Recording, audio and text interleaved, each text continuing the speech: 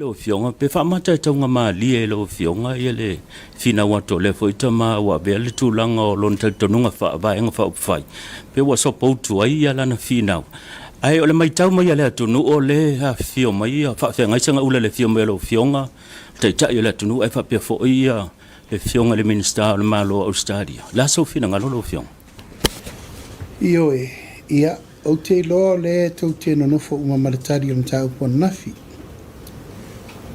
tau pula vaia e le vao ia le tūlanga o tātou whaataranoanga whapenei. Ai te tau fwina i ta pula o tūlanga o tūlafono. E whawhoi i tātou taranoanga nei. O le mea momo e selo whanono ai. O tuainga la e na fio atu male. Male nea fo i ta mali o le tunu i te tonu o le tātou whaataranoanga.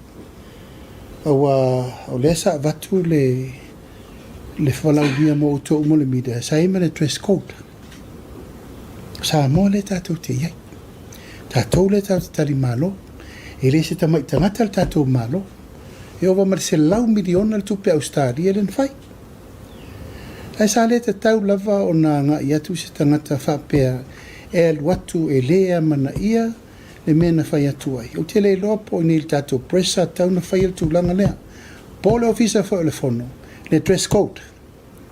AUA an tātou whaatino e whawhul dress code, manu e lea se pisa. Pei tai o le taimi ma le AUA na watu ai le mau. Se o tātou le wai Samoa. E le tūlanga tātou te vai, e le tūlanga i whai i whisiri ma mea E ai pe o vai atu, e leo ni whisiri a ngā i se le lei o le tunu. A le whisiri a ngā i e una i mai e te AUA o tā fia whao ngaltu pe Australia. Le tūlanga whapurkiki. Sa o pui ma le rio langa tere mana o i lofu e le fionga le limin. Stata tom ta upu whalo tu i whale. O le tau fofore la ka pi, and you understand what is happening. Ale lava i whina umai fo la tofu i tere tonuma. O le sa por kiki mo mo la ka pi. Le sa tau mwhai lava i whato o to atu ono tūlanga. O le whalongo longo le fionga le tamaitai minister. I tūlanga po a fōlingo le media Samoa. O la le tu inga standard e iai le tu inga media Samoa pe wha mateo Samoa le tau o tangata e sili o na wha aloalo matau aloa e po la wha aloalo le vai le va Samoa ma Australia o le tato malo le tani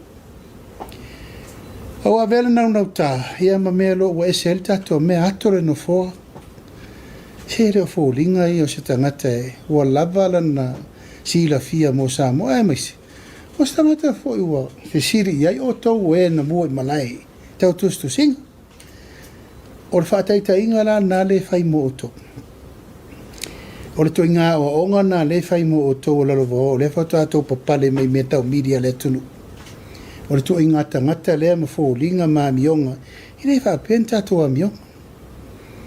Ioe, ia ui o lea, whaftai le tua nei malama le finangalo le fionga te mai tai minister ya mai si fesili fapea auto man malama le nafsili ai le si tu stala le auto man malama me le fa ngai malo auto tupi auto si la fiel fa ngai na auto tupi la tala al minister o fe ngai nga Samoa ma Australia e tau ave lunga o fa tu tuina pu le Samoa me fa ngai tupi ai le se mea la tō tau siringia.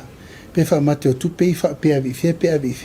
Pe wha nanga al budget support pe avi fea. O le tari rana. E pe fōringa mai tu i ngā whatala noa nā lena whatala noa i le si fo tu stala nā la tō. E wha pe mai. Australia, o tō whatua tua ina sa mo le wha ngai ngō kōku pe mai. O te talitonu. I re tāra whenga i fo nā fisit. Ia ai tātou whatatia wha benau le me sili. O la ua malama me umai le sao noa le fionga le minister o le whea ngainga Australia ma Samoa. The relationship is building on trust. O le whaatutuaina le malo. La mena leina malanga ma mao mai le a fionga le tamaitai minister. O lona whaatutuaina le malo fo. Ia aua tangia i la. Ia la tau tere o taria swinga le o tato iei. Hui o lea, ia fua se tapu. Se mate tu ma va vai po a foi tu langa tau wai ia ona te le tu whaatanga ni tangata le mawhau le mi ngao wapea. Tono tu se inga matara noanga le tatou malo.